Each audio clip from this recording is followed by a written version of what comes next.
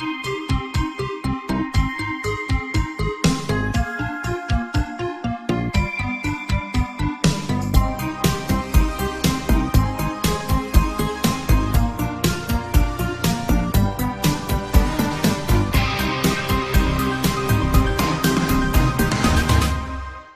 strange little town. It was the early evening and I walked home from work, kindergarten teacher, as I usually did. I cut through the large cemetery where most of my family was buried, and I decided to go pay my respects as I did from time to time. An odd fog began to roll in as the sun set, but I took no heed of it. I instead looked for the specific oak tree where my family plot was. The fog was growing thicker, so I decided to head home and come by tomorrow. I began running into a problem. I didn't know where I was in the fog. Graves would only appear in front of me just short of me running into them. I became startled as a statue of an angel appeared in front of me. The angel stared upwards with its arms raised as if to take a soul to heaven. I didn't recognize the grave, so I looked to see whose it was.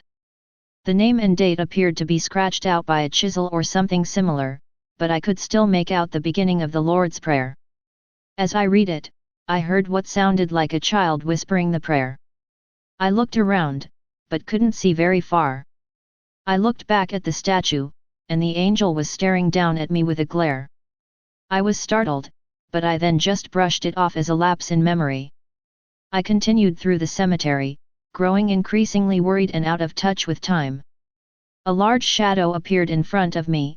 I approached it slowly. It was a tree, but not the one I saw earlier. Its branches began shaking as if something were moving within the leaves. I couldn't make anything out, and assumed it was a squirrel or cat, but then, out of the quiet fog, I once more heard the sound of a child saying the Lord's Prayer. I called out, but there was no response. I waited for a moment, then the voices of more children began saying the Lord's Prayer. I screamed for someone to help, but I only heard the children as I began to see shapes move in the fog.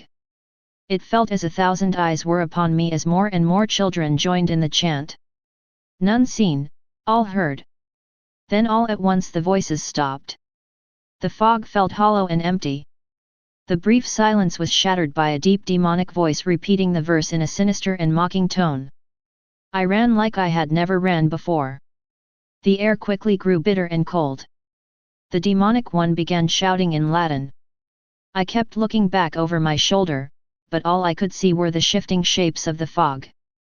How long had I been running? The cemetery was big, but nowhere near this distance. I fell to my knees and began to sob in terror. What was going on? Shadows took form within the fog and began approaching me. Terror washed over me as I tried to muster breath for a scream, but I was too winded from the run. Shadowy arms shot out from the mist and grabbed hold of my arms. I struggled as they pulled my sleeves back. They began to carve Latin inscriptions into my flesh. I screamed in agony. I looked at the bleeding words as they began to ignite within my flesh. My arms went up in a flash of white fire. I was numb to everything as I looked at the words written in the smoldering skin. It was in English now. Words such as die, gone, sorry, abandoned, and eternal appeared in crimson against the blackened flesh. I ripped from their hold and took off faster than before, the demons laughing all the while. I sprinted for a moment and looked over my shoulder, and then forward again just in time to hit a tree. I woke up as the sun rose. Under the tree I searched for the other evening. I looked at my arms, they were normal. I looked toward my family plot to see a little boy setting a flower down as his parents watched. I walked over to ask who they knew, but as I got close I noticed it was my name on the grave.